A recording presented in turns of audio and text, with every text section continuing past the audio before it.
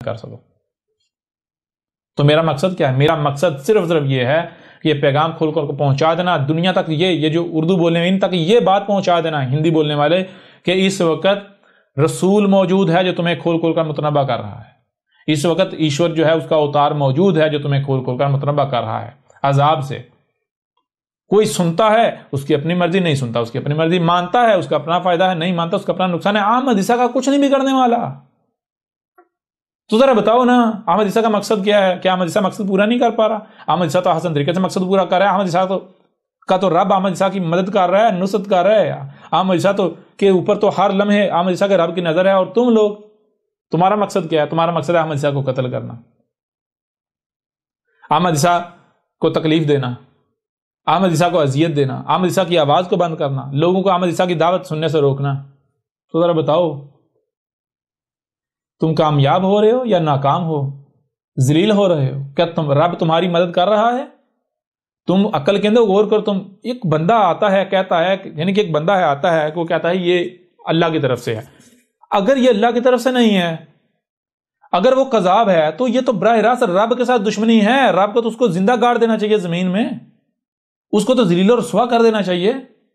لیکن کیا ہے، وہ اپنے مقصد و مشن میں ہر لحاظ سے جو ہے وہ آگے ہے. کوئی اس کا ثانی نہیں، کوئی اس کو نقصان نہیں پہنچا پا رہا، کوئی اس کو تکلیف نہیں دے پا رہا، کوئی اس سے جو ہے وہ اس کے مقصد میں رکاوٹ نہیں باندھ پا رہا. کوئی ایک بھی ہے جو احمد عیسیٰ کو غلط ثابت کر پایا؟ کوئی ایک بھی ہے احمد عیسیٰ کی کسی بات کو غلط ثابت کر پایا ہو؟ اب اگر پھر بھی تم کہتے ہو جی اللہ تو ہمارے اوپر اللہ کی لعنت نہیں ہے، تو اس کا مطلب پھر اللہ بھی تمہاری طرح کا ثابت ہوا کمزور، جی بے بس. میرا رب میرے ساتھ ہے، میں اپنے رب کا نمائندہ ہوں. اور یہ تمہارے سامنے بیٹھا ہے کیا ہے؟ یہ تمہارا رب بھی تو تم سے کلام کر رہا ہے. اگر تم سمجھتے یہ 5-6 فٹ کا بچہ ہمارے جیسا ایک انسان ہے تو عقل کے اندر اپنی عقل کا علاج کرواؤ.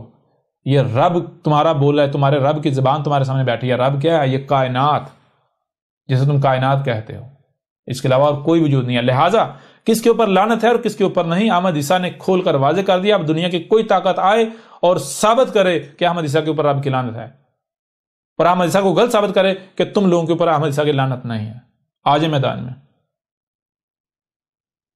تم لوگوں پر اللہ کی لعنت ہے. نہ صرف اللہ لعنت کر چکا ہوا ہے، بلکہ ملائکہ، یہاں تک کہ جمیع الناس، جو لوگ بھی تمہیں نظر انداز کر رہے ہیں ان کے ساتھ لوگ جڑتے چلے جا رہے ہیں. یوں اس سوال کا جواب امید ہے ہر لحاظ سے، ہر پہلو سے کھل کر مل چکا ہوگا. اور امید ہے جو لوگ بھی یہ اس طرح کے تانے، ملامتیں، بکواسات کرتے ہیں ان کو اپنی اوقات جو ہے وہ نظر آ چکی ہوگی. لہٰذا آپ بڑھتے ہیں اگلے سوال کی طرف.